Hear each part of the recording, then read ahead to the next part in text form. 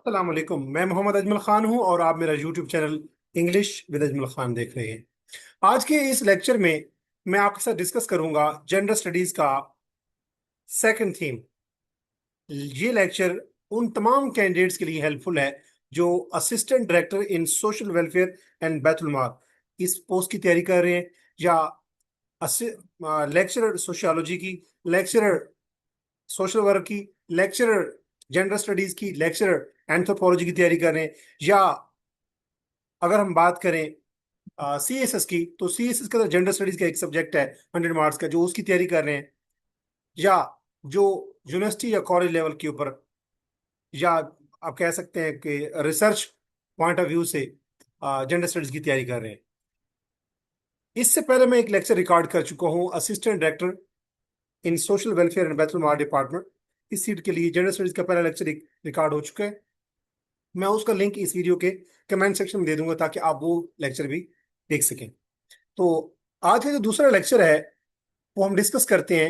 हमारे important theme जो आज हम देखेंगे आज के लेक्चर में वो है, याद रखिएगा, हम ये जो टॉपिक्स डिस्कस कर रहे हैं पहले लेक्चर में और आज आज का दूसरा लेक्चर है, ये वो टॉपिक्स हैं जो सीएसएस का जो सिलेबस है जेंडर स्टडीज का, उसके थीम्स हैं बेसिकली। तो सेकंड थीम जो जेंडर स्टडीज का सिलेबस है सीएसएस का, जो एक सीएसएस में ऑप्शनल सब्जेक्ट है, ऑप्शनल पेपर है, उसमें सेकंड थीम है सोशल कंस्ट्रक्शन ऑफ जेंडर। कि जेंडर के हवाले से जेंडर को सोसाइटी के अंदर जेंडर का क्या कॉन्सेप्ट है, या जेंडर का कॉन्सेप्ट सोसाइटी में कैसे बनता है, उसमें हिस्टोरिसाइजिंग कंस्ट्रक्शनिज्म है। पहले हम कंस्ट्रक्शनिज्म के बारे में पढ़ेंगे और फिर उस हिस्टोरिसाइजिंग का मतलब है कि उसको हिस्टोरिकली उसका पर्सपेक्टिव देखेंगे। फिर हम देखेंगे प्रॉब्लमेटाइजिंग द कैटेगरी ऑफ सेक्स, के जो सेक्स की जो कैटेगरी है या सेक्स की जो कैटेगराइजेशन है मेल और फीमेल में, इसके अंदर प्रॉब्लम है। इसके ऊपर कुछ लोग एतराज करते हैं। कौन लोग हैं वो? जो क्वीर थियरी वाले हैं। इसी तरह क्या सेक्स जो है वो सोशली डिटरमिन भी किया जाता है या सिर्फ बायोलॉजिकल कॉन्सेप्ट है? फिर उसके बाद मैस्कुलिनिटीज और फेमिनिज्म का कॉन्सेप्ट हम देखेंगे, और आखिर पे नेचर वर्सेस कल्चर, यानी जेंडर डेवलपमेंट के अंदर जो एक बढ़ती हुई उभरती हुई इमर्जिंग डिबेट है कि जो इंसान का जो जेंडर है वो नेचुरल कॉन्सेप्ट है या वो कल्चरल कॉन्सेप्ट है। उसके बाद ये मैंने जैसे पहले बता दिया कि ये लेक्चर जो है वो इन तमाम चीज़ों के लिए यूजफुल है। Social work, sociology, gender studies, anthropology की लेक्चर की स्टडी के लिए, और इसी तरह assistant director in social welfare and bachelor department के लिए, या सोशल वेलफेयर ऑफिसर के लेक्चर के लिए भी, तैयारी के लिए भी, के एग्जाम के लिए भी ये इंतहाई यूजफुल है। और सीएसएस में भी सब्जेक्ट है एक जेंडर स्टडी का, उसके हवाले से भी ये इंपॉर्टेंट है। सबसे पहला कॉन्सेप्ट है gender construction of social construction of gender.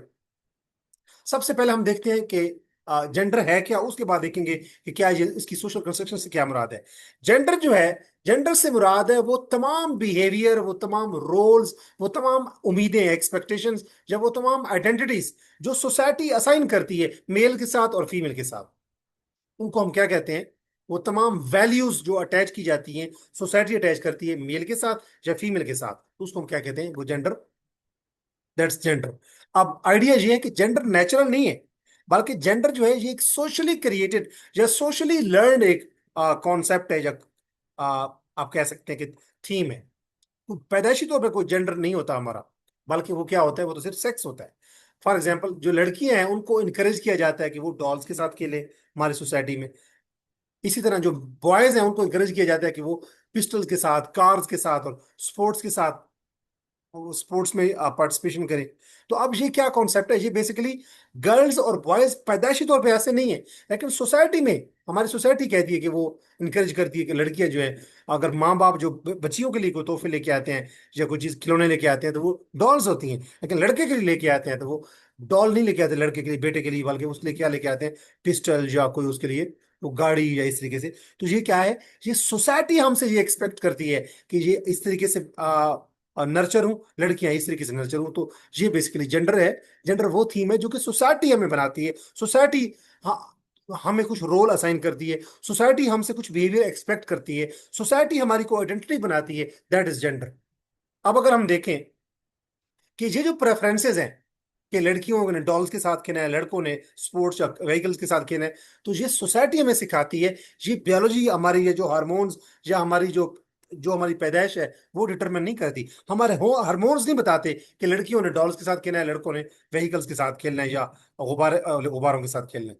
तो होपफुली आपको समझ आ गई। तो मेन आर्गुमेंट क्या है कि people are not born with gender roles, they learn gender roles through family, through school, through religion, through media and through culture। यानी कि हम पैदाइशी तौर पे जेंडर रोल के साथ पैदा नहीं होते। जब हम पैदा होते हैं तो हमारा कोई जेंडर रोल नहीं होता, लेकिन जैसे जैसे हम सोसाइटी में नर्चर होते हैं, बढ़ते हैं, ग्रो करते हैं, तो हमारी फैमिली, हमारा स्कूल, हमारा मदरसा, हमारा रिलीजन, हमारा मीडिया और हमारा कल्चर, हमारी सोसाइटी बेसिकली ओवरऑल, इन सारे पांचों कंसेप्ट को अगर मैं family, school, gender, religion, media, family, school, religion, media और कल्चर को मिला जुला के कहूं तो क्या है सोसाइटी। तो जेंडर रोल्स क्या है जो सोसाइटी में हमारे ऊपर हमें लिबादा उड़ाती है। तो इंपॉर्टेंट इसका कॉन्सेप्ट क्या था, ये कॉन्सेप्ट किसने दिया था? ये सिमोन डी बेव्यूअर ने कॉन्सेप्ट दिया था। और उसकी एक मशहूर स्टेटमेंट है कि one is not born a woman, one becomes a woman. कि एक खातून जो है वो पैदाइशी तौर पे खातून नहीं होती, बल्कि वो खातून बन जाती है, सोसाइटी हमारी उसको खातून बना देती है। और इस कॉन्सेप्ट का मतलब क्या है कि सोसाइटी शेप्स फेमिनिटी, कि ये जो औरत निस्वानियत जो है वो औरत हमारे अंदर पैदा कर देती है। एक औरत पैदाइशी तौर पे उस कोई उसकी बायोलॉजी या उसके हार्मोन्स के अंदर ऐसा नहीं होता कि वो वुमेन कहलाएगी, लेकिन हमारी सोसाइटी उसको वुमेन बना देती है कि आपने बुर्का ओढ़ना है, आपने व्हील लेना है, आपने मास्क लेना है, आपने इस तरीके से नहीं बैठना, आपने सीने को ढांपना है और ब्ला ब्ला। ये सारी चीजें क्या है, ये सोसाइटी हमें, ये हमारे कल्चरल वैल्यूज, एक्सपेक्टेशंस, बिहेवियर और जो रोल्स सोसाइटी हमें असाइन करती है, जो हमें फैमिली, स्कूल, रिलीजन और मीडिया और कल्चर में सिखाया जाता है, वो एक औरत को औरत बना देते हैं। अदरवाइज औरत पैदाइशी तौर पर कोई औरत नहीं होती। ये कॉन्सेप्ट किसने दिया था?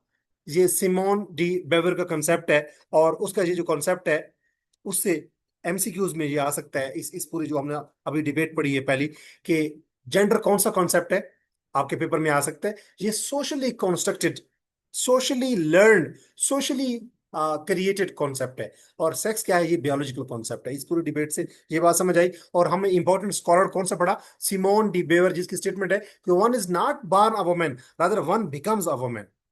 यानी सोसाइटी क्या है, यानी जेंडर क्या है? एक सोशली क्रिएटेड, यानी सिमोन डी बेवर का कंसेप्ट ये था कि gender is a socially created role या सोशली क्रिएटेड कॉन्सेप्ट। उसके बाद दूसरी अगर हम देखें थीम जो आज में हम डिस्कस करेंगे, वो है हिस्टोरिसाइजिंग कंस्ट्रक्शनिज्म। अब इसका पहले मीनिंग देखते हैं कि ये जो हिस्टोरिसाइजिंग है, हिस्टोरिसाइजिंग का मतलब है हिस्ट्री में देखना, झांक के देखना। और कंस्ट्रक्शनिज्म क्या है, ये भी हम देखते हैं। कंस्ट्रक्शनिज्म का सबसे पहले कॉन्सेप्ट समझ लें। कंस्ट्रक्शनिज्म का मतलब ये है कि जेंडर का जो कॉन्सेप्ट है वो कंस्ट्रक्ट होता है। कंस्ट्रक्शनिज्म में ये जो IONIS अनिज्म है ये हटा दें, तो ये क्या पहले वर्ड क्या लिखा हुआ है? कंस्ट्रक्ट। यानी जेंडर का जो कॉन्सेप्ट है ये सोसाइटी कंस्ट्रक्ट करती है, सोसाइटी बनाती है, सोसाइटी क्रिएट करती है।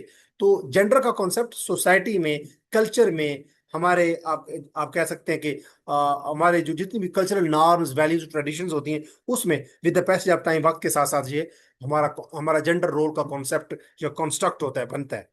हिस्टोरिसाइजिंग का मतलब है कि हम इसको हिस्टोरिकली देखेंगे अक्रॉस द टाइम लाइन, शुरू से लेकर आज तक। तो हिस्टोरिसाइजिंग का मतलब ये है कि ये देखना, अंडरस्टैंड करना कि कैसे आइडियाज जो होते हैं अबाउट जेंडर वो चेंज होते रहते हैं ओवर टाइम या ओवर हिस्ट्री।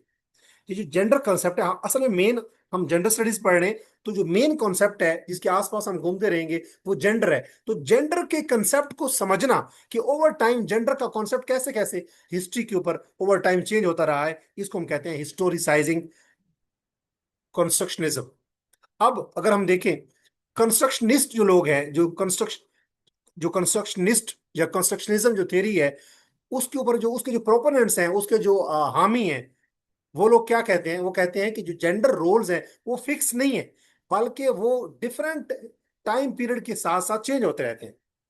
19th सेंचुरी में कोई और कंसेप्ट था जेंडर का, आज जेंडर के रोल्स कुछ और हैं। तो ये जो जेंडर का कॉन्सेप्ट है, जेंडर का जो रोल है, वो हिस्ट्री में साथ साथ चेंज होता रहता है। यानी कि औरतों का किरदार 19वीं सदी में और था, आज 21वीं सदी में औरतों का कुछ और रोल है। और हो सकता है कि अगली 22वीं सदी के अंदर, 23वीं सदी के अंदर जो औरत है वो बिल्कुल उसकी उससे एक्सपेक्टेशन या बिहेवियर या उसकी वैल्यूज कुछ और हो जाए।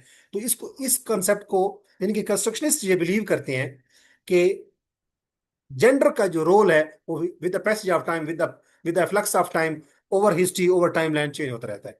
मिसाल के तौर पे 19 सेंचुरी में औरतों से तवक्को की जाती थी कि वो घर में रहें, बच्चे पालें और अपने हस्बैंड की ओबीडियंस करें।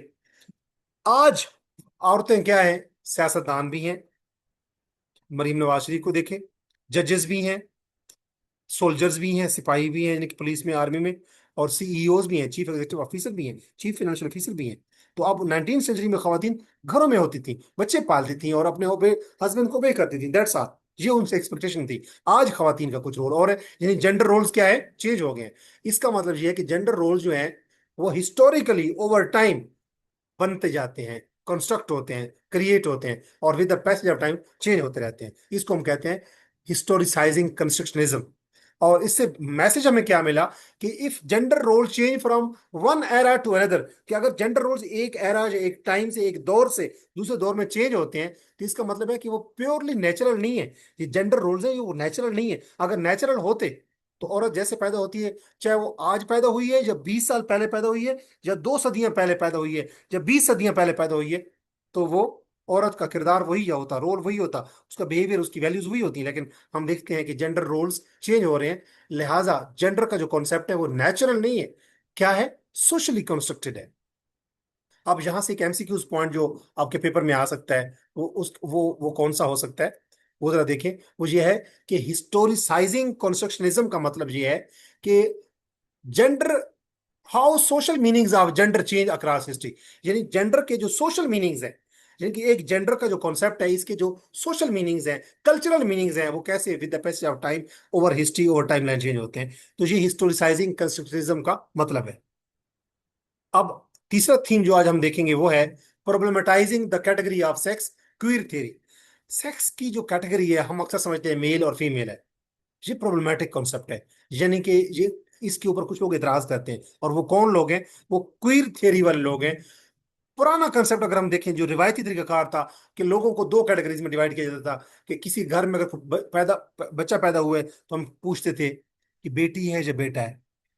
इवन कि हम तो जानवरों के बारे में भी ये सोचते थे कि जो जानवर, जो किसी का बछड़ा, जब जो कोई बेबी पैदा हुआ है तो वो नर है या मादी है। तो ये हमारा कॉन्सेप्ट था शुरू में सेक्स के हवाले से, कि मेल है या फीमेल है। क्वीर थ्योरी ये कहती है कि ये जो रिजिड कैटेगरीज हैं, कि जो कोई अगर इंसान पैदा हुए या जानवर, तो हम कहें कि वैसे जानवरों की बात तो नहीं है, क्वीर थ्योरी जानवरों, इंसानों के बारे में बात करती है, कि ये जो हम जो जो सेक्स है उसके बारे में ये कहना, क्लासिफाई करना कि ये मेल होंगे या फीमेल होंगे, यानी जो बाइनरी मॉडल है वो इसको चैलेंज करती है कि ये सिर्फ ये कहना कि सेक्स या मेल हो सकता है या फीमेल, वो कहते हैं गलत है।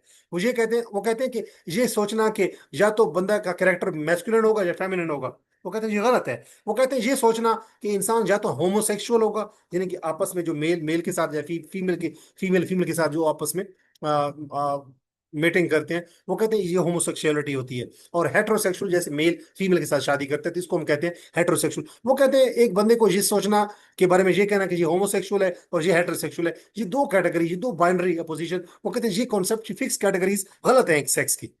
बल्कि वो क्या कहते हैं, उनका आइडिया ये है क्वीर थ्योरी का, वो कहते हैं कि ह्यूमन की जो आइडेंटिटी है, शिनाख्त है, वो बहुत डाइवर्स है, वो बहुत डाइल्यूट है। सिर्फ इंसानों को दो कैटेगरीज में नहीं डिवाइड किया जा सकता कि या तो इंसान मेल होगा या फीमेल होगा। ये क्वीर थ्योरी है। क्वीर का लफ्ज़ी मतलब होता है अजीब, तो उनकी थ्योरी भी बड़ी अजीब है कि इंसानों को सिर्फ मेल और फीमेल कैटेगरी में डिवाइड नहीं किया जा सकता, मैस्कुलिन और फेमिनिन में सिर्फ कैटेगराइज नहीं किया जा सकता। उनको ये कहना कि वो होमोसेक्सुअल होंगे या हेटेरोसेक्सुअल, ये सिर्फ ये कहना काफी नहीं है। बल्कि वो कहते हैं ये लिमिटेड कॉन्सेप्ट है। क्वीर थ्योरी वाले जो के अंदर जो मेन स्कॉलर था, वो कौन था, जूडिथ बटलर। जूडिथ बटलर की एक किताब भी है, जेंडर ट्रबल। और उसका कॉन्सेप्ट क्या था, उसकी जो मेन उसका जो आर्गुमेंट था, जूडिथ बटलर की, जो क्वीर थ्योरी का जो बहुत बड़ा स्कॉलर है, उसका कॉन्सेप्ट था जेंडर परफॉर्मेटिविटी। जेंडर परफॉर्मेटिव उसका कॉन्सेप्ट है। वो कहता है कि जेंडर वो नहीं है जो हम हैं, जेंडर वो है जो हम रिपीटेडली करते रहते हैं। ये जूडिथ बटलर क्वीर थ्योरी का मेन प्रोपोनेंट, जो मेन स्कॉलर था, और उसने जो थ्योरी दी थी उसका नाम क्या था, जेंडर परफॉर्मेटिविटी। परफॉर्मेटिविटी का मतलब है परफॉर्मेंस, यानी कि जेंडर वो नहीं है जो जेंडर जो हम हैं, जेंडर वो नहीं है जो हम हैं, जेंडर वो है जो हम परफॉर्म करते हैं, जो हम करते हैं, जो हमें रिपीटेडली करते हैं, जो हमारे एक्शन से शो होता है। तो ये क्वीर थ्योरी के अंदर जूडिथ बटलर का की थ्योरी है, जेंडर परफॉर्मेटिविटी। कि जेंडर वो नहीं है जो हम हैं। हम हैं सिर्फ राधा कि जो हम बायोलॉजिकली, जो हम हार्मोन के हिसाब से जो हम सेक्सुअली जो हम हैं, वो जेंडर नहीं है। जेंडर वो है जो हम करते हैं रिपीटेडली अपने एक्शन के थ्रू। यानी कि लोग जो हैं वो परफॉर्म करते हैं जेंडर को। जेंडर वो कहते हैं कि ऐसी जेंडर वो कहते हैं परफॉर्मेंस है। लोग जो होते हैं, इंसान जो होते हैं, वो जेंडर को परफॉर्म करते हैं थ्रू क्लोथिंग, कि वो कपड़े कैसे पहनते हैं, वो स्पीच वो बोलते कैसे हैं, वो बिहेवियर वो कैसा काम करते हैं, और सोशल इंटरेक्शन के लोगों के साथ वो इंटरेक्ट कैसे करते हैं। जैसे लोग कपड़े पहनते हैं, जैसे लोग बोलते हैं, जैसे लोग बिहेवियर करते हैं, ये ट्रीट करते हैं लोगों को, और जैसे लोग सोशल मुआशरे के अंदर आपस में इंटरेक्ट करते हैं, ये सारी चीजें तय करती हैं कि एक इंसान का जेंडर क्या है। मिसाल के तौर पे, एक लड़का अगर पिंक कलर के कपड़े पहन ले तो इसका मतलब ये नहीं है कि वो लेस मेल हो जाएगा, वो कम मेल हो जाएगा। या इस यहां से हम ये बात भी नतीजा करते हैं कि जो जेंडर नॉर्म्स हैं, कि जेंडर के ऊपर की जो नॉर्मेलिटीज हैं, जो जेंडर जो काम करते हैं, they gender norms are social expectation, not natural laws. यानी कि जेंडर की जो परफॉर्मेंस है, अब हमारे मुआशरे में मेल एक खास किस्म का ड्रेस पहनते हैं, वो एक खास अंदाज में बोलते हैं, उनकी आवाज कुरख्त होती है, और उनका उनका इंटरेक्शन क्या है कि वो रातों को आपस में मिल रहे होते हैं, घर से बाहर निकले होते हैं, जब चाहे निकल रहे हैं, जब चाहे घर में आ जाए। तो उनके आपस में इंटरेक्शन जो होते हैं वो जैसे एक दूसरे को जफ्फियां डाल के मिल रहे होते हैं, चाहे मेल दूसरे लोगों को मिल रहे हो। तो अब ये जो जेंडर की नॉर्म्स हैं, ये सोसाइटी डिसाइड करती है, या सोसाइटी उसका तयन करती है कि मेल ऐसे होते हैं, फीमेल ऐसे होते हैं। तो ये जो हम कहते हैं कि फलां बंदा मेल है, फीमेल है, ये हमें सोसाइटी, हमारे जेंडर रोल, सोसाइटी में जैसे हम बिहेव करते हैं, जैसे हम कपड़े पहनते हैं, उससे हमारी जेंडर की आइडेंटिटी जो है वो शेप अप होती है। अब एमसीक्यूज के हवाले से, क्वीर थ्योरी के हवाले से ये पॉइंट आ सकता है पेपर में, कि क्वीर थ्योरी क्या करती है बेसिकली, ये चैलेंज करती है बाइनरी कैटेगरीज को, कि मेल फीमेल, मैस्कुलिन फेमिनिन, या होमोसेक्सुअल हेटेरोसेक्सुअल, इन कैटेगरीज को, बाइनरी अपोजिशन को क्या करती है, रिजेक्ट करती है। क्वीर थ्योरी क्वेश्चन करती है फिक्स आइडेंटिटीज को, कि ये जो फिक्स आइडेंटिटी है, कोई आदमी मेल है या फीमेल है, कोई बंदा, कोई जो आइडेंटिटी इंडिविजुअल जो है वो मर्द है या औरत है, इसको वो फिक्स आइडेंटिटीज को वो क्या करती है, चैलेंज करती है। और क्वीर थ्योरी किसका कॉन्सेप्ट है, इसके साथ जो मेन स्कॉलर था वो कौन था, जूडिथ बटलर। और उसकी थियरी कौन सी थी, जेंडर परफॉर्मेटिविटी थ्योरी। ये क्यूर थ्योरी का मेन प्रोपोनेंट या मेन स्कॉलर कौन था, जूडिथ बटलर। और उसकी मेन थ्योरी कौन सी है, जेंडर परफॉर्मेटिव, की gender is not what we are, gender is rather what we perform. उसके बाद अगर हम चौथा थीम देखें, वो है is sex socially determined too, कि ये जो सेक्स हमारा होता है, कि आदमी है या औरत है, क्या ये भी समाजी तौर पे तयन इसका किया जाता है कि एक इंडिविजुअल जो है वो मेल है या फीमेल है। पुराना कॉन्सेप्ट ये था कि सेक्स एक बायोलॉजिकल कॉन्सेप्ट है, और उसमें उसका कॉन्सेप्ट जो पुराना रिवायती कॉन्सेप्ट था कि सेक्स एक बायोलॉजिकल कॉन्सेप्ट है, उसकी बुनियाद क्या थी, कि हमारे क्रोमोसोम, हमारे हार्मोन्स, और हमारे जो रिप्रोडक्टिव ऑर्गन्स हैं, कि मेल के रिप्रोडक्टिव या सेक्स जेनिटल्स कुछ और हैं, फीमेल के कुछ और हैं, यानी कि जो शर्मगाएं हैं। तो ये एक बायोलॉजिकल जो पुराना कंसेप्ट था ट्रेडिशनल, कि सेक्स क्या है, एक बायोलॉजिकल कंसेप्ट है, which depends upon our hormones, which depends on our chromosome, X और वाई जो क्रोमोसोम होते हैं, and it depends upon our reproductive organs. जैसे हमारे रिप्रोडक्टिव ऑर्गन होंगे, वैसे हम हमें कहा जाएगा मेल है या हम फीमेल है। लेकिन अच्छा, इसकी मिसाल क्या है, मेल और फीमेल। लेकिन आजकल जो कंटेम्पोररी यानी कि मौजूदा दौर की जो डिबेट है, वो है कि कुछ स्कॉलर जिस अभी भी कहते हैं कि ये जो बायोलॉजिकल सेक्स है हमारा, क्या हम मेल है या फीमेल है, ये भी हम इसकी तशरीह करते हैं, तौजीह करते हैं, वजाहत करते हैं थ्रू सोशल आइडियाज के। ये जो हम कोई बंदा मेल है या फीमेल है, इसको भी बेसिकली सोसाइटी तय करती है। मिसाल के तौर पे क्यों, क्योंकि सोसाइटी डिसाइड करती है कि हमारी बॉडीज कैसे क्लासिफाइड होती हैं। मेल को तीन कपड़े बनाए जाते हैं जब वो मरता है, फीमेल के लिए पांच शीट्स होती हैं। ये सोसाइटी ने डिसाइड किया है ना, विच कैरेक्टरिस्टिक्स मैटर, कि कौन की कैरेक्टरिस्टिक्स मैटर करती हैं मेल के लिए, कौन सी कैरेक्टरिस्टिक्स मैटर करती है फीमेल के लिए, ये सोसाइटी ने तय की है। और हाउ डिफरेंसेस आर अंडरस्टूड, कि ये जो फर्क है मेल में और औरत की बॉडी में, उनके बिहेवियर में, उनकी परफॉर्मेंस में, उनके बच्चे पालने में, और इस तरीके से मुआशरे में काम करने से, ये बेसिकली सोसाइटी में सोसाइटी इनको डिसाइड करती है। लिहाजा आजकल के स्कॉलर्स कहते हैं कि ये जो हमारा सेक्स है, इसको भी बेसिकली ये भी सोसाइटी तयन करती है कि हमारा सेक्स क्या है। उसके बाद अगर इसकी मिसाल देखें, कि ये जो इंटरसेक्स इंडिविजुअल्स होते हैं, जो ना तो मेल होते हैं ना फीमेल होते हैं, जिनको हम शीमेल कह सकते हैं, जिनको ट्रांसजेंडर्स कह सकते हैं, जिनको ख्वाजा सरा कहते हैं, उनको हम इंटरसेक्स इंडिविजुअल, ना वो मेल है ना फीमेल है, दरमियान में कहीं है। तो वो उनके पास ऐसी कैरेक्टरिस्टिक्स होती हैं जो फिट नहीं होती ना मेल में ना फीमेल में, वो कहीं दरमियान में होते हैं। लिहाजा ये जो सेक्स का कॉन्सेप्ट है कि वो जब मेल होगा या फीमेल होगा, ये भी कोई फिक्स कॉन्सेप्ट नहीं है, बल्कि सोसाइटी जो है वो तयन करती है, सोसाइटी बताती है कि ये क्या है कॉन्सेप्ट, ये बच्चा जो है मेल है, फीमेल है या ट्रांसजेंडर है। तो ये हमारा जो अकीदा है कि sex is always strictly binary, sex या तो मेल होगा या फीमेल होगा, ये कॉन्सेप्ट को भी चैलेंज करता है। ये आजकल के जो जेंडर स्टडीज के जो एक्सपर्ट हैं वो कहते हैं, अगर हम ये समझते हैं कि सेक्स सिर्फ बाइसेक्सुअल होता है या बाइनरी होता है मेल या फीमेल, तो फिर वो ट्रांसजेंडर कहाँ पे खड़े होते हैं।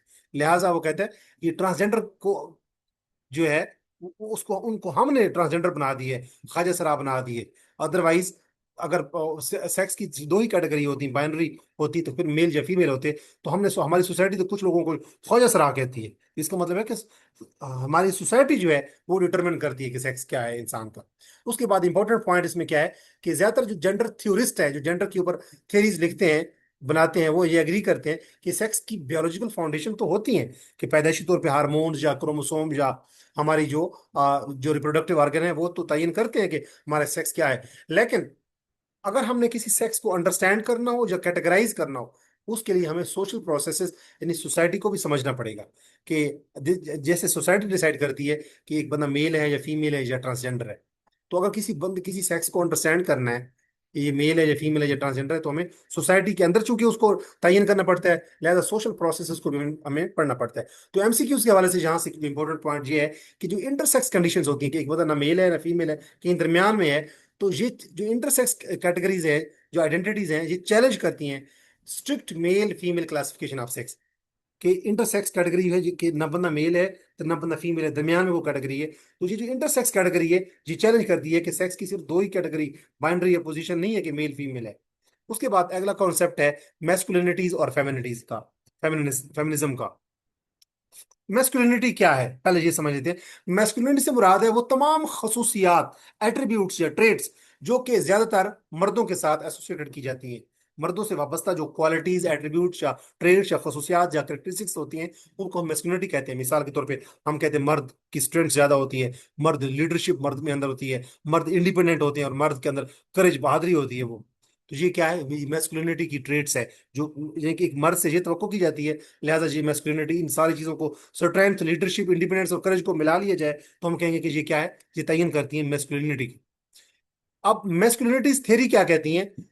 मैस्कुलिनिटी थ्योरी ये कहती है कि कोई एक मैस्कुलिनिटी नहीं होती, बल्कि बहुत सारी मैस्कुलिनिटीज होती हैं। डिपेंड करता है कि एक इंसान किस कल्चर में रहता है, एक इंसान कौन सी क्लास से बिलोंग करता है, एक इंसान कौन सी रेस से बिलोंग करता है, एक इंसान किस मजहब से, और एक इंसान हिस्ट्री में कहाँ पे रहता है, 21वीं सदी में, 18वीं में या 22वीं सदी में या 5वीं सदी में।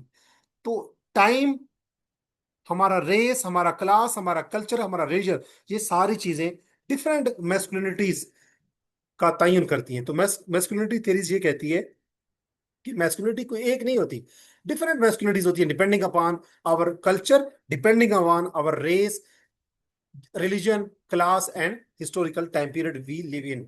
अब इसका स्कॉलर कौन था जिसने मैस्कुलिनिटी का कॉन्सेप्ट दिया था, वो था रेयन कॉनल। रेयन कॉनल की जो थ्योरी है वो है हेजिमोनिक मैस्कुलिनिटी थ्योरी, या उसका कॉन्सेप्ट कह लें आप। रेन कॉनल का कॉन्सेप्ट था, ये भी मैस्कुलिनिटी के हवाले से है, हेजिमोनिक मैस्कुलिनिटी। और हेजिमोनिक मैस्कुलिनिटी का जो कॉन्सेप्ट था, जो रेन कॉनल ने दिया था, उसने कहा था कि हमारे माशरे में सबसे ज्यादा रेस्पेक्टेड, मोस्ट एक्सेप्टेबल और ज्यादा डोमिनेट किस्म की, डोमिनेरिंग किस्म की जो मैस्कुलिनिटी है, उसका कॉन्सेप्ट दिया था हेजिमोनिक। यानी कि हमारे मुआशरे के अंदर मैस्कुलिनिटी की जो सबसे ज्यादा एक्सेप्टेबल, सबसे ज्यादा प्रोमिनेंट, सबसे ज्यादा रेस्पेक्टेड और सबसे ज्यादा डोमिनेंट जो फॉर्म ऑफ मैस्कुलिनिटी है, उसका कॉन्सेप्ट किसने दिया था, मेस रेन कॉनल ने। और उसने कहा था कि जो हेजिमोनिक मैस्कुलिनिटी होती है वो ऐसी मैस्कुलिनिटी होती है जिसमें एक मर्द जो है वो पावरफुल भी होता है, वो बड़ा कंपेटिटिव भी होता है, मुकाबला भी करता है, और वो इमोशनली कंट्रोल भी होता है, यानी कि अपने इमोशन पे वो कंट्रोल करता है। अगर उसको तो तकलीफ होती है तो वो कंट्रोल करता है, अगर उसका कोई दिल टूटता है तो भी वो कंट्रोल करता है, रोता नहीं है। तो इसको हम कहते हैं हेजिमोनिक मैस्कुलिनिटी। इसका कॉन्सेप्ट दिया था रेन कॉनल ने कि मर्द जो है बड़ा स्ट्रांग होता है, पावरफुल होता है, इमोशन को कंट्रोल करता है। इसकी मिसाल के तौर पे जैसे हम बच्चों को सोसाइटी में कहते हैं, लड़कों को, कि मैन डू नॉट क्राई, तो ये एग्जाम्पल है किसी चीज की, हेजिमोनिक मैस्कुलिनिटी। जब हम बच्चों लड़कों को कह रहे होते हैं कि लड़के जो होते हैं, जो मैन होते हैं, दे डोंट क्राई, वो रोते नहीं है, या मर्द कभी बूढ़ा नहीं होता, तो ये क्या है? ये हेजिमोनिक मैस्कुलिनिटी का कॉन्सेप्ट है। ये किसने दिया था? रेयन कॉनल ने। कि जो मैस्कुलिनिटी की जो सबसे मजबूत फॉर्म है, उसको हम कहते हैं हेजिमोनिक मैस्कुलिनिटी। अब फेमिनिस्टिक व्यू क्या है? फेमिनिज्म जो है, फेमिनिज्म जो थेरी है, फेमिनिस्टिक व्यू मैस्कुलिनिटी के हवाले से क्या कहता है? फेमिनिज्म चैलेंज करता है उन तमाम सिस्टम्स को जो प्रिविलेज करते हैं मैन को, और डिसएडवांटेजेस पोजीशन में रखते हैं किसको? खवातीन को। तो फेमिनिज्म की जो थेरी है, जो फेमिनिस्ट और खवात मर्द हैं या औरतें हैं, वो कहते हैं कि ये जो हेजिमोनिक मैस्कुलिनिटी का कॉन्सेप्ट है, इसको हम नहीं मानते, क्योंकि हेजिमोनिक मैस्कुलिनिटी में एक मर्द को हम बहुत प्रेस्टीज देते हैं, बहुत रेस्पेक्ट देते हैं, उसको बहुत ही ऊपर लेके जाते हैं, और खवातीन को डिसएडवांटेजेस पोजीशन में लेके जाते हैं। तो हेजिमोनिक मैस्कुलिनिटी के कंसेप्ट के अगेंस्ट हैं कौन लोग? फेमिनिस्ट। फेमिनिस्ट क्या कहती हैं? फेमिनिस्ट कहते हैं, चाहे वो मेल है या फीमेल लोग हैं, फेमिनिस्ट कहते हैं कि जेंडर इक्वालिटी होनी चाहिए, मेल और फीमेल को बराबर होना चाहिए। Education, health, employment, everything they should have equal opportunities for. तो फेमिनिस्ट आर्गू करते हैं कि जो रिजिड मैस्कुलिनिटी है, कि एक मर्द पावरफुल होता है, स्ट्रांग होता है, कंपेटिटिव होता है, करेजियस होता है, वो कहते हैं कि ये जो रिजिड मैस्कुलिनिटी है, इसका नुकसान होता है मर्दों को भी और औरतों को भी। औरतों को तो इस तरह से नुकसान होता है कि जब हम कहते हैं कि मर्द बहादुर होते हैं, मर्द अच्छे ड्राइवर होते हैं, मर्द आप कह सकते हैं कि कफील होते हैं, वो मुआशरे की इज्जत होते हैं, मर्द कभी बूढ़ा नहीं होता, मर्द जंगजू होता है, तो वो कहते हैं कि ये इससे मर्दों को भी नुकसान होता है। ये जो रिजिड कंसेप्ट है मैस्कुलिनिटी का, जिसको हम हेजिमोनिक मैस्कुलिनिटी कहते हैं, कॉर्नर का जो कॉन्सेप्ट है, वो कहते हैं इसके औरतों को नुकसान ये होता है कि जब हम मर्दों को बहुत ऊपर उठा के रखते हैं, तो खवातीन क्या होती हैं? इन्फीरियरिटी कम्प्लेक्स में चली जाती हैं, उनको उतनी अपॉर्चुनिटीज नहीं मिलती। वो कहते हैं कि इस हेजिमोनिक या जो रिजिड कॉन्सेप्ट है मैस्कुलिनिटी का, इसका नुकसान मर्दों को भी होता है। जैसे हम मर्दों के बारे में कहते हैं कि मर्द कभी रोता नहीं है, उससे क्या होगा? कि एक मर्द जब रोना भी चाहेगा तो नहीं रो पाएगा, क्योंकि सोसाइटी उससे तवक्को करती है कि मर्द कभी रोता नहीं है। तो उस वो जो एक मर्द होगा, उसकी साइकोलॉजिकल केओस में रहेगा, साइकोलॉजिकल डिस्ट्रेस में रहेगा, क्योंकि वो कभी रो नहीं पाएगा। तो मिसाल के तौर पे एक मैन जो है, वो उसको अगर हम डिस्करेज करते हैं सोसाइटी में कि आदमी कभी भी रोता नहीं है, तो वो अपने इमोशन को एक्सप्रेस नहीं कर पाएगा, क्योंकि वो समझेगा कि सोसाइटी में कहा जाता है कि मर्द कभी नहीं रोता, तो मैं मर्द हूं, मैं मुझे नहीं रोना चाहिए। तो वो फिर अपना प्रगेशन नहीं कर पाएगा, जज्बात का अखराज नहीं कर पाएगा, इजहार नहीं कर पाएगा, उससे उनको साइकोलॉजिकल स्ट्रेस आ सकती है। तो ये जो कॉन्सेप्ट है, जो फेमिनिस्ट हैं वो कहते हैं कि ये जो रिजिड मैस्कुलिनिटी का कॉन्सेप्ट है, या हेजिमोनिक मैस्कुलिनिटी का जो कॉन्सेप्ट है, जो कॉर्नेल ने दिया था, वो कहते हैं ये मर्दों के भी खिलाफ है, औरतों के भी खिलाफ है, यानी कि मर्दों और औरतों दोनों के लिए ये हार्मफुल है। उसके बाद एमसीक्यूज के हवाले से ये कॉन्सेप्ट है कि हेजिमोनिक मैस्कुलिनिटी का कॉन्सेप्ट किसने दिया था? पेपर में आ सकता है, रेयन कॉर्नेल ने। उसके बाद अगला कॉन्सेप्ट है, जो ऑलमोस्ट लास्ट कॉन्सेप्ट है, नेचर वर्सेस कल्चर। ये डिबेट है आजकल जेंडर डेवलपमेंट में। नेचर कॉन्सेप्ट क्या कहता है? नेचर जो पर्सपेक्टिव है, वो कहते हैं कि नेचर का मतलब बायोलॉजिकल फैक्टर्स, कि एक आदमी पैदाइशी तौर पे कैसा है, उसके हार्मोन, क्रोमोसोम और रिप्रोडक्टिव ऑर्गन बताएंगे कि वो कैसा है। जेंडर का जो बिहेवियर है, दैट इज इन्फ्लुएंस बाय, यानी कि जो नेचर पर्सपेक्टिव वाले लोग कहते हैं कि जेंडर जो है वो नेचुरल कंसेप्ट है। नेचर वर्सेस कल्चर, यानी जेंडर, जो लोग नेचर के पर्सपेक्टिव वाले हैं, वो कहते हैं जेंडर जो है वो नेचुरल कंसेप्ट है, that is influence by our genes, our hormones, our chromosome, our brain structure. मिसाल के तौर पे कुछ रिसर्चेस ये कहती हैं कि जो लड़के होते हैं वो बड़े अग्रेसिव होते हैं, क्योंकि उनके अंदर टेस्टोस्टेरोन का लेवल ज्यादा होता है। तो ये हम ये जो ये नेचर का कॉन्सेप्ट है, यानी कि जो लोग कहते हैं कि जेंडर जो है ये नेचुरल कॉन्सेप्ट है, तो वो कहते हैं कि जो लड़के होते हैं वो पैदाइशी तौर पे गुस्सीले होते हैं। वो पैदाइशी तौर, उनकी जो जीन्स हैं, उनके जो हार्मोन्स हैं, उनके जो क्रोमोसोम है, उनके जो रिप्रोडक्टिव ऑर्गन है, उनकी जो उनका जो डीएनए, वो डिटरमिन करता है कि जी वो लड़के गुस्सीले होते हैं और बहादुर होते हैं और जंगजू होते हैं और लड़ाका होते हैं और लीडर्स होते हैं, ब्ला ब्ला। तो ये नेचुरल कॉन्सेप्ट है। ये कि नेचर का पर्सपेक्टिव है कि gender is determined through nature, through natural factors, through biological factors. और जो कल्चरल पर्सपेक्टिव है जेंडर के हवाले से, वो कहते हैं कि कल्चर का वैसे मतलब होता है, कल्चरल पर्सपेक्टिव मतलब कि सोशल इन्फ्लुएंसेस, यानी जो लोग जेंडर का कल्चरल पर्सपेक्टिव में बिलीव करते हैं, वो कहते हैं gender is not natural, gender is not biological, rather gender जो बिहेवियर है, that is learn through culture, through society. Through family, through education, through religion, through media. ये सारी चीजें क्या है? फैमिली, एजुकेशन, रिलीजन और मीडिया, ये सारी चीजें क्या है? ये सोसाइटी है। तो gender is influence, is shaped by society. Gender is influenced by culture. तो ये कॉन्सेप्ट है कि जेंडर जो है वो कल्चरल कॉन्सेप्ट है। हमारा हमारा जेंडर क्या है? जो हमें फैमिली, एजुकेशन, रिलीजन और मीडिया के अंदर हमें दिखाया जाता है कि मेल ऐसे करते हैं, फीमेल ऐसे करते हैं, हम वैसे ही बिहेव करते हैं, हम वैसे ही, हमसे एक्सपेक्टेशन सोसाइटी मंसूब करती है और हम वैसे ही परफॉर्म करते हैं। जो जेंडर परफॉर्मेटिव की थ्योरी थी। आ, इसी तरह मिसाल के जो गर्ल्स जो हैं वो नर्चरिंग लर्न करती हैं। नर्चरिंग का मतलब है कि लोगों को पालना, बच्चों को पालना। तो खवातीन जो हैं, लड़कियां जो हैं, वो नर्चरिंग को अडॉप्ट करती हैं। नर्चरिंग बिहेवियर उनके अंदर होता है कि लड़कियां जो है छोटी सी उम्र से, बच्चियां जो है वो पालना शुरू कर देती हैं छोटे बहन भाइयों को। और इस तरीके से जब वो फिर शोर की खिदमत करती हैं, फिर बच्चे को खिदमत करती हैं, इवन कि वो दादी नानी बन जाती हैं तो वो बच्चों को पालती रहती हैं। तो उनका जो नर्चरिंग बिहेवियर है वो लर्न करती हैं। तो उनको सोसाइटी के अंदर उनसे तवक्को यही की जाती है कि औरतों को, लड़कियों को नर्चरिंग आनी चाहिए, मदर को, बहन को, बीवी को नर्चरिंग उनके अंदर होनी चाहिए। तो ये कॉन्सेप्ट है जेंडर, जेंडर का बेसिकली कल्चरल पर्सपेक्टिव। दो कॉन्सेप्ट थे ना, जेंडर, नेचर वर्सेस कल्चर। तो ये कल्चरल पर्सपेक्टिव है कि खवातीन को नर्चरिंग आनी चाहिए, उनको, वो बच्चों को पालना चाहिए उनको। मॉडर्न व्यू क्या कहते हैं? आजकल का व्यू जो है जेंडर के हवाले से क्या कहता है कि क्या जेंडर नेचुरल है या जेंडर कल्चरल है? आजकल का जो स्कॉलर्स हैं, जो जेंडर स्टडीज की, वो कहते हैं कि ये जो जेंडर का कॉन्सेप्ट है, that is determined through interactive, through interaction, through आप कह सकते हैं इंटरेक्शनिस्ट अप्रोच। कि आजकल जो जेंडर का तयन है वो ना तो हम कहेंगे कि सिर्फ बायोलॉजिकल फैक्टर पे है, नेचर पे, ना ही हम कहेंगे कि जेंडर का ताल्लुक जो है वो सिर्फ कल्चर के साथ है, कल्चरल पर्सपेक्टिव। रादर आजकल के जो स्कॉलर्स हैं जेंडर स्टडीज के, वो कहते हैं एक इंटरेक्शनिस्ट मॉडल होना चाहिए कि जो जेंडर है उसका तयन नेचर भी करती है, कल्चर भी करता है, ये मिल के करते हैं, जेंडर का तयन करते हैं। मिसाल के तौर पे हम कह सकते हैं कि बायोलॉजी, जैसे इंसान पैदा होता है, डीएनए, हार्मोन, क्रोमोसोम, जो रिप्रोडक्टिव ऑर्गन्स होते हैं, जो इंसान में जीन्स होते हैं, डीएनए होता है, ये हो गया बायोलॉजी, बायोलॉजिकल फैक्टर्स यानी कि नेचर। और सोसाइटल, सोशल एनवायरनमेंट यानी कल्चरल एनवायरनमेंट। ये कल्चर और जो नेचर है ये मिल के क्या करते हैं? जेंडर डेवलप करते हैं। एक इंसान का जेंडर क्या होगा, ये डेवलप करते हैं नेचर भी और नर्चर भी, नेचर भी और कल्चर भी, ये मिलके जेंडर के कंसेप्ट को फॉर्म करते हैं। तो मिसाल के तौर पे अगर एक बच्चा जो है वो पैदाइशी तौर पे बायोलॉजिकल टेंडेंसीज उसमें होंगी कि उसके अंदर जो सेक्सुअल जेनिटल्स उसके होंगे, जैसे उसके उसका नाक या कान या गला या उसकी बॉडी की शेप होगी, वो तो बायोलॉजिकल होगा जो बच्चा। लेकिन बच्चा जब सोसाइटी में बड़ा होगा तो वो कुछ टेंडेंसीज या कुछ रवैये या कुछ वैल्यूज या कुछ बिहेवियर्स या कुछ आप कह सकते हैं ट्रीटमेंट्स, वो किससे सीखेगा? सोसाइटी से सीखेगा। लिहाजा एक बच्चा जब बड़ा होता है तो उसका जेंडर के अंदर बायोलॉजी और कल्चर दोनों क्या कर रहे हैं? इंटरेक्ट करके उसकी जेंडर डेवलपमेंट कर रहे हैं। लिहाजा nature plus culture, they interact with each other and through interactionist approach gender is form.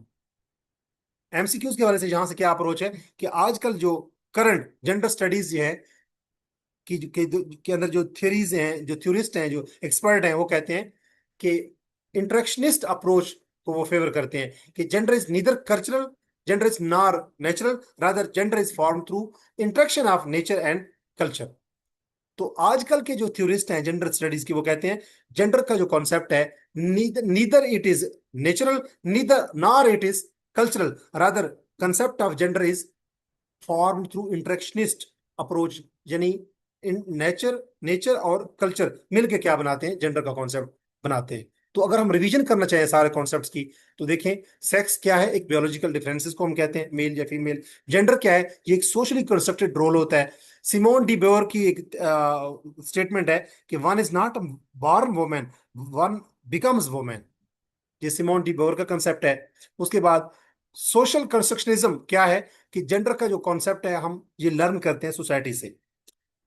कंस्ट्रक्शनिज्म ये होता है कि हमारा जो जेंडर का कॉन्सेप्ट कैसे बनाया जाता है, और सोशल का मतलब ये है कि सोसाइटी बनाती है जेंडर के कॉन्सेप्ट को।